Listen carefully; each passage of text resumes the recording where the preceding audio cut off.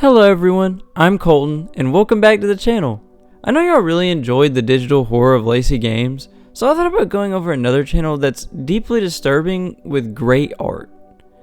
They're called Dr. Nowhere, and I would of course recommend watching their videos yourself before watching my analysis. There's such amazing horror content, I cannot describe how well they're done. I know in the past I have said that I've been kind of irked out by certain things in the horror videos I've watched, but I promise you legitimately that this one, it got me the most. In terms of being disturbed, it actually got me to the point where on one of them after watching it, I just had to stop. I just had to take a break because it was so weird. Yeah, the deeply disturbing nature of these videos are amazing. But of course, take that into account when watching them. Today, the main thing I'm going to discuss is why I think that is, why it is so disturbing to us, and how they really mastered it. Now let's get into the video. The first video is very short, and it's starting off with this eerie looking creature, and it seems to be hitting our screen. I've noticed it's pretty popular on TikTok and even YouTube shorts as well, or YouTube videos as well. So I think a decent amount of people know this one. And it's called t.o.e, starving.help. And we can already even assume from this short video that this creature is not one you want to be around. The way its design is drawn is so eerie. It's already so off-putting, and it has distorted human features with this stringy body. Something about it just isn't right. And the weird buildup of its creepy noise it makes it even worse.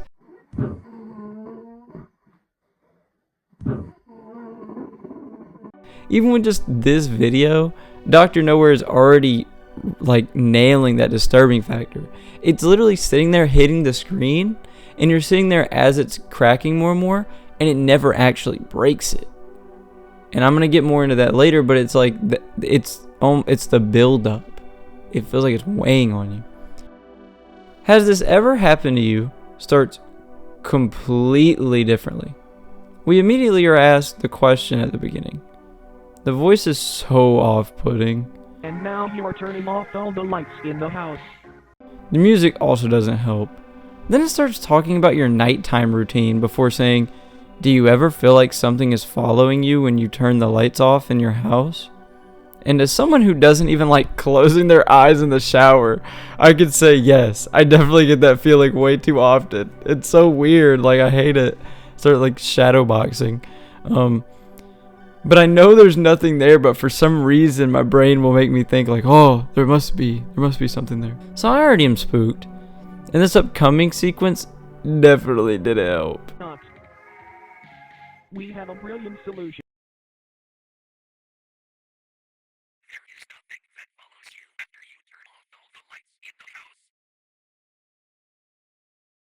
There is nothing that follows you after you turn off all the lights in the house. So that was something.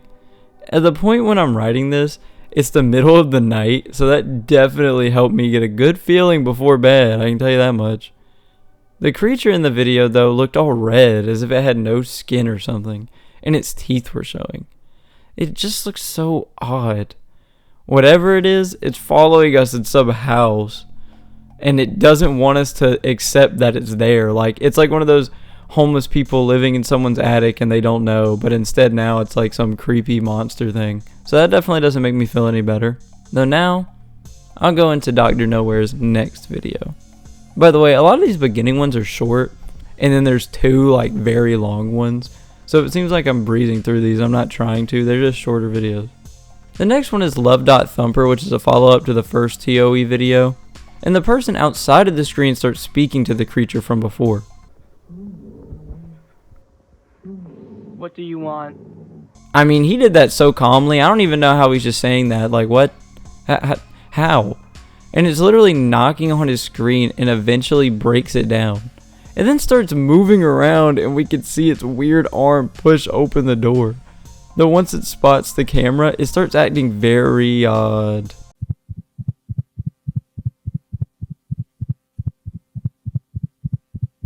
It's so unsettling how it's just staring at the screen. Like it's like it knows we're there. And so then it finally just starts running away, and we see a screen that says the body appeared untouched. So that gave me a good warm feeling inside. Nah, but seriously, what in the hell is that?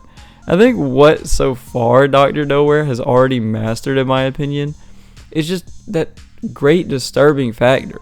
Slowly building up scares are more horrifying than just getting jump scared. That's why instead of resorting to extra loud noises, most of it is a slow build-up. And look, there's nothing wrong at all with jump scares from time to time. Some of my favorite pieces of media have them, and can be what partially got me into horror in a way. But this to me is a more authentic scare, and what actually stays with me longer. When you're playing a game like Five Nights at Freddy's or something, let's say you get spooked by a jump scare. It lasts for a split second. You're not going to sit there and be like, oh my god, that was so scary.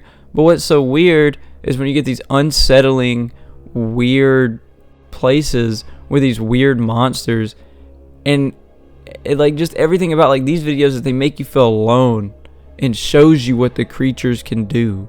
And he slowly moves around and just stares at you.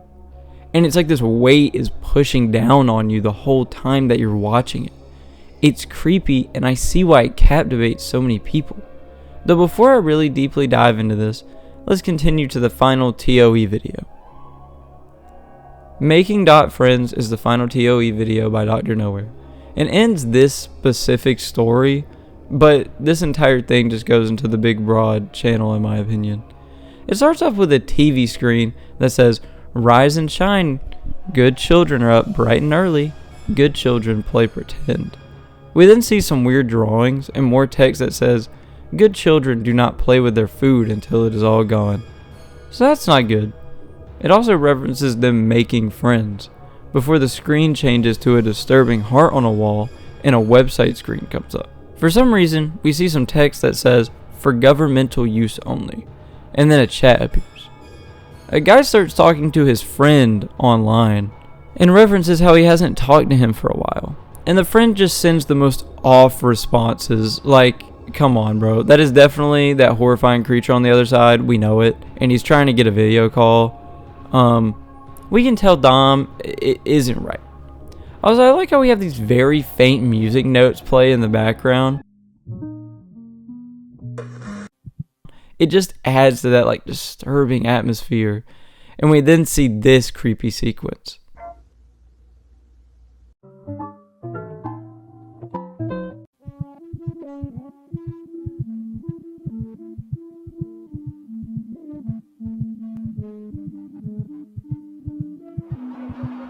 After that, this concept on the channel is over, but it was a good one, and it's something that's going to stay with me.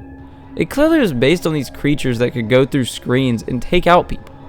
They also seem to attempt to replicate real people's actions to get what they want. Kind of like skinwalkers, you know, like in multiple other pieces of media, it's the same deal. They try to use words over text to emulate a human, but they can't quite get it right. Though, they do seem to be learning, which is horrifying.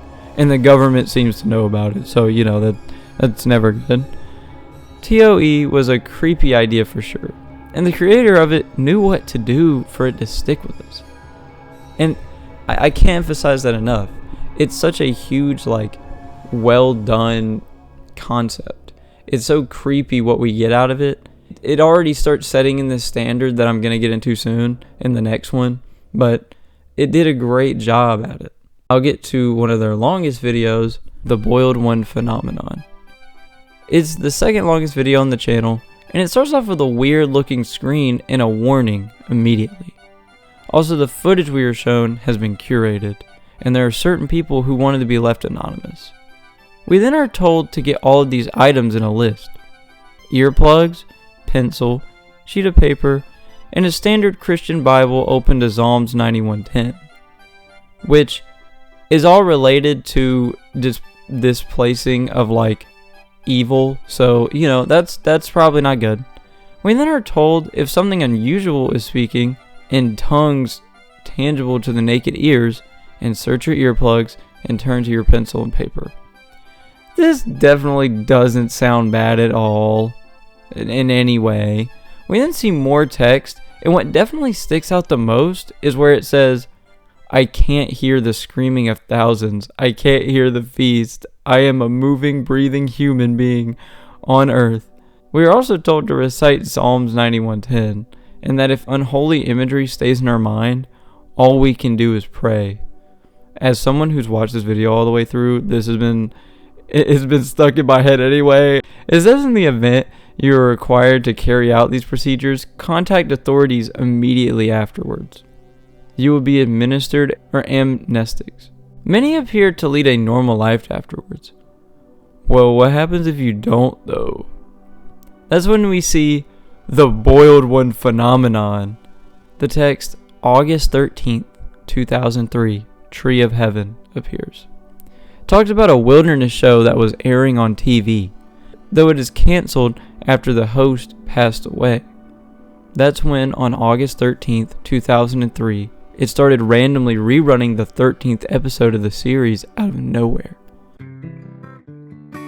Good morning, bushwhackers. Today we're venturing into the heart of the forest. It then shows us the beginning sequence of the episode. Nothing too bad happens until we're told how a weird broadcast interrupted the program and had a melted face speak to the viewers. It then says it's going to be referred to as Fin 228. While it was speaking, many clips of camera feed monitoring different places appeared, such as hospitals and bedrooms. Literally right now, as I'm not joking with you, I promise I'm not joking with you. As I'm reading this, I'm getting like shivers going down my spine thinking about this video. It also says one weird thing is how it's spoken English, but even people who spoke other languages could understand it. And we're then told we will be shown it, but they had to do multiple different things to it to not spread it. This sequence then occurs.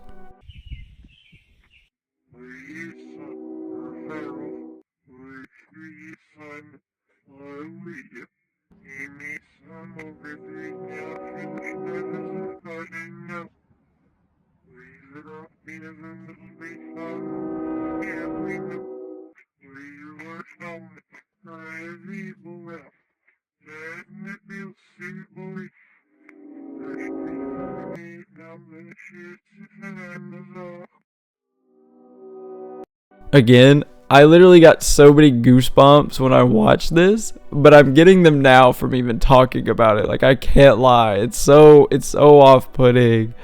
Literally right now. Or literally like whenever I was writing this, I was up in my bed just with the computer light on me. And the part where he's standing in barely any light, like it's like kind of daytime, but the shadows in his face, it horrified me. Like, oh my god. This obviously disturbed the viewers who saw it. But also they couldn't get the image out of their mind. I can't either. I take back anything I said about what has been the most creepy to me. Because while there were some, like the knocking in Lacey games, or the adversary being just a weird thing to think about in White Stack education, this is the most disturbing thing by far. I don't care.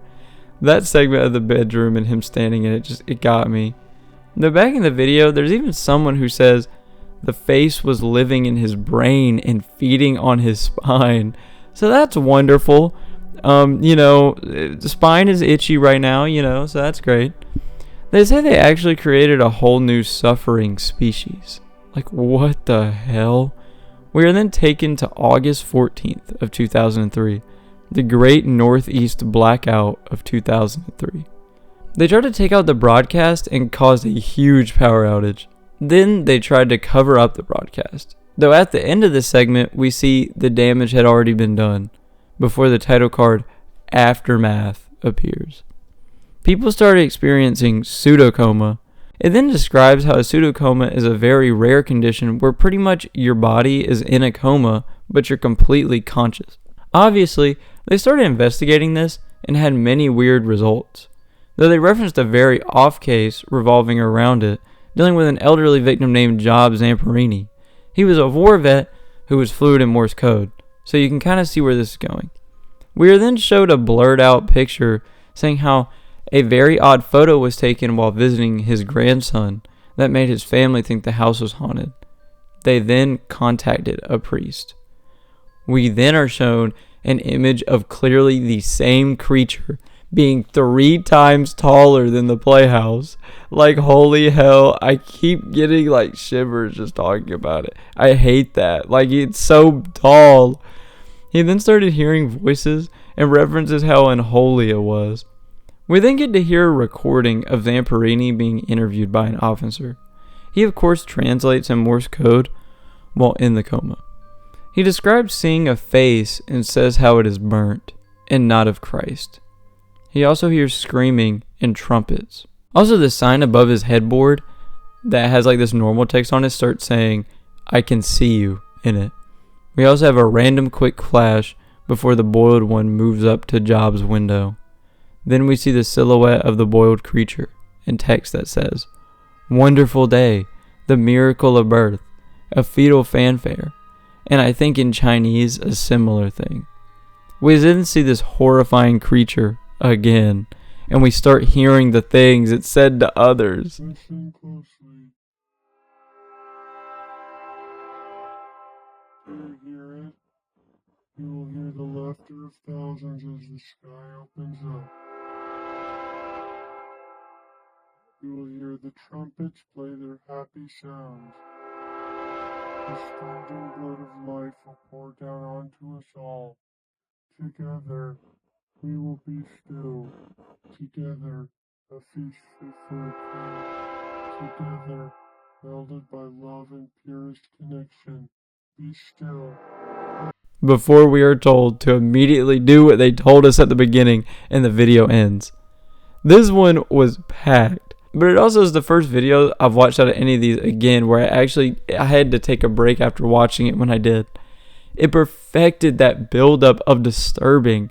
Not to mention when we see its height being way bigger than the house, I was truly horrified. The creature is so overtaking. And the fact we're constantly told we can't see the real broadcast and then it breaks through and says the stuff to us is so creepy. I didn't want to hear it either. It literally made me get chills down my body and I genuinely got goosebumps. Dr. Nowhere knows so well how to make you unnerved. There's this constant buildup of tension and you're left thinking of these questions. When will a face pop up? When will a scream appear? When will the monster come out? And many times it never happens. Then when it does, it hits like a truck. And it's never a scream. Even when the monster appears, it just speaks in some creepy low manner and has very odd movements. Everything about this creature is terrifying. But I love that. And one thing I'm going to go ahead and say is this one I'm going to dive into even more at the end of the video when I go over my main, discussion. But now I'm going to go on to the next one. The boy in the bath is next up, and it's another short one. We immediately see the text, "Your body remains unclean from the toils of yesterday." It pretty much tells us we stink and need a shower. So the person gets up and goes to the bathroom. We then see the text, "But it wasn't my fault." And this horrifying creature is just standing in this decrepit shower and it asks, "Why did you leave me here? I never existed to you?" And then this humongous creature starts sitting in a crib and says, "I know you heard me. It was all your fault," before it ends. We can just see again mastering these deformed and uncanny monsters to disturb us. Also doing something like that to demonstrate just how big it is just horrifying. Imagine seeing just a creature taller than Shaq in a baby crib. Like, it's funny, but it's also deeply disturbing. And it used that blinking factor, of every time it goes to a different place, every time he blinks, to make him appear. And that's so creepy. And it's just another solid addition to the channel. We then are on to the final video, the Oddity Compendium. It immediately starts off again with this weird looking creature. Also, these old AI voices don't ever make me feel any better. Program. Welcome to the Oddity Compendium. Today. This video is exactly what it says. It tells us we'll learn 3 different things. About creatures that live in our bed, headless corpses of family members, and enlightenment being a drug. The first group we learn about are mattress folk. and describes how these creatures could be your own bed and want to eat your flesh. You know, just how absolutely amazing. We love that. They try to place mattresses to eat people and also like it warm.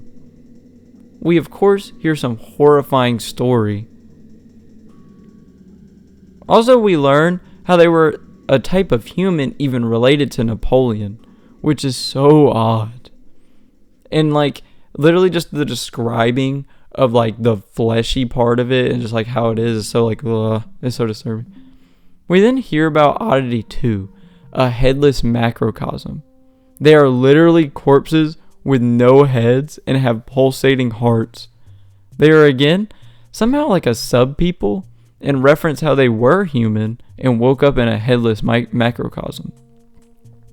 Humans also call them stumpies, cranes, and ichabodies.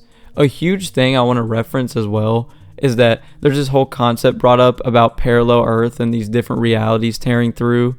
And in this case, especially with this creature, there was a reality tear that happened with them.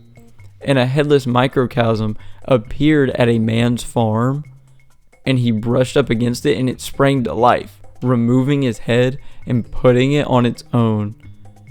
Then on Earth in 2061, an event occurred due to the reality tear. Families saw these people and called the police.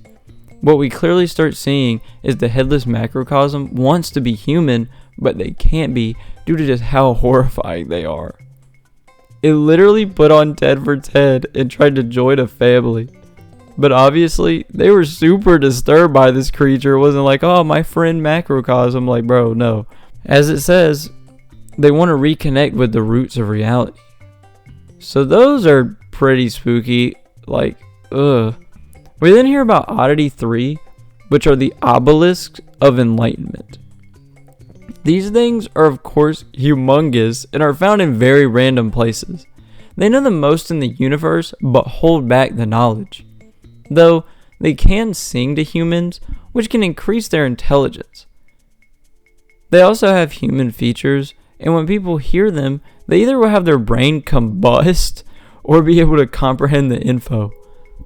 They again are a tear in reality, and they also use this to explain the pyramids in the universe they're in, as they supposedly gave the knowledge to build them. And another thing is like they're literally like slowly moving around. So like in deserts and on the moon, they're just slowly like gravitating and sliding around. So that makes me like feel great, you know, like I love that. I love when there's these creepy stone things, you know, just slowly moving, you know. It's so weird. We then of course get to see a bonus oddity, which I will say seems to be more of like a goofy joke one, but I'm still going to put it in. We learn about Philbus, who honestly, again, just seems like a goofy guy, and he gets people to engage in Philbism, which is the engaging in the religion of building wooden chairs. They clearly just like some wooden furniture. I don't know what the problem is. They also emphasize how Philbism doesn't even exist. We then have this spooky sequence that's said to cleanse us, and it tells you to close your eyes. And if you don't, you'll see this really, really creepy image, and that's where it ends. This clearly was a video with many ideas of this person has had. All these are spooky, but I think the eeriest one to me is definitely the human macrocosm. Tall humanoid-esque creatures like that always get me. They're so weird and just stick in my mind. Also, this video gives you so many and also just adds in some new stuff like parallel Earth and tears in reality being covered. It literally blatantly makes jokes, and for the most part, I still get absolutely disturbed. It's a good video. It's more than a good video. It's an amazing video. But now, I'll get into my overall thoughts.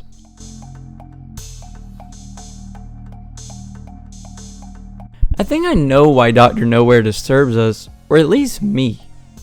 First off, I want to say I remember that creepy AI voice from old weird YouTube videos. I used to watch them as a kid, and it was even weird then. But anyways, Dr. Nowhere disturbs me because they understand how to do that so well.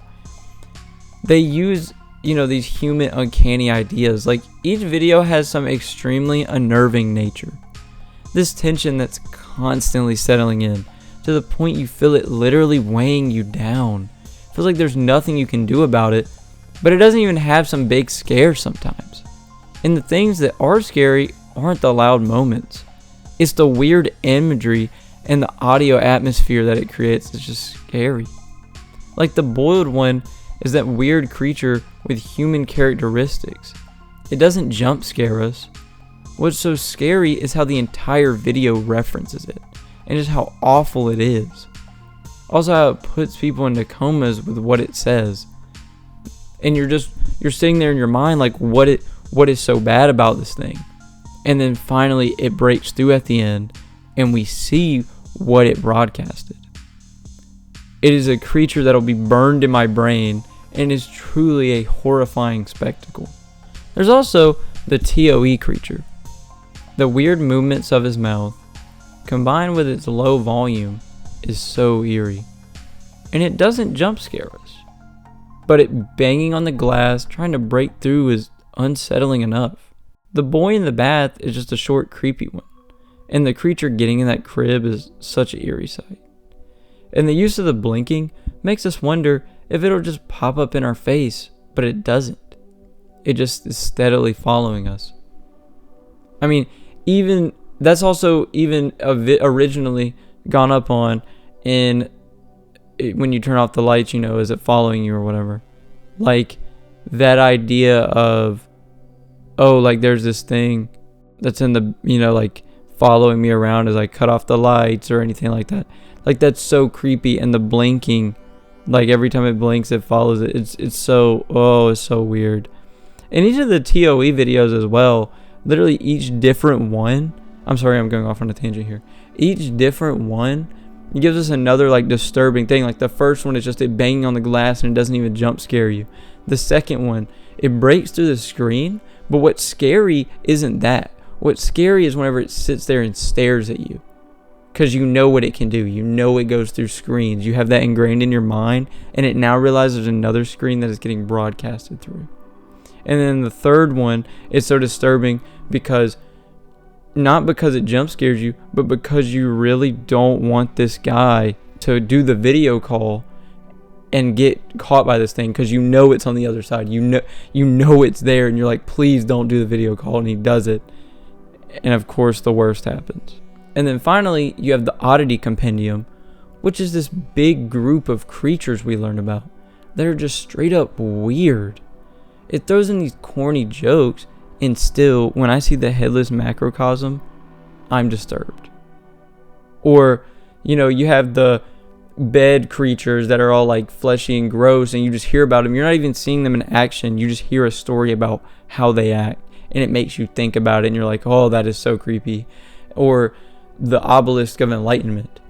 They're not even that, like, they don't even sound like that disturbing of a concept. Oh, these stones that have all this knowledge.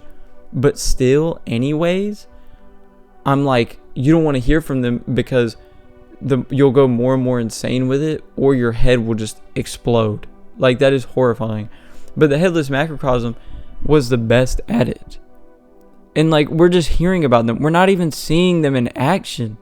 It's still so unnerving, which is so telling. They're so well done. And like, I could go on forever, but I mean, like, it literally has stuff about reality tears and parallel earths, and I'm still like, this is awful. But I just believe that Dr. Nowhere disturbs us because of the absolute unnerving nature of it. They know how to perfectly build up these scary atmospheres and creatures. That's what's so off-putting about it. And if you disagree with me, that's okay. I completely understand. And as always, I'd like to hear your thoughts in the comments. I always love hearing what y'all think. And I mean, that's the truth. And if, like I said, if you disagree, that's perfectly fine.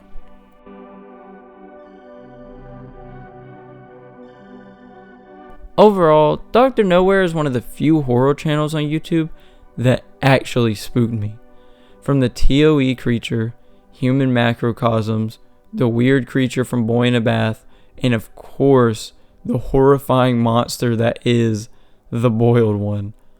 I was deeply, and I mean deeply disturbed. but also extremely impressed. I know I always say it, but please give the creators support as they deserve it the most. They made an amazing set of videos, and I can't say that enough. If you enjoyed this video, please give a like, comment, or subscribe. Thank you for watching, and as always, stay safe.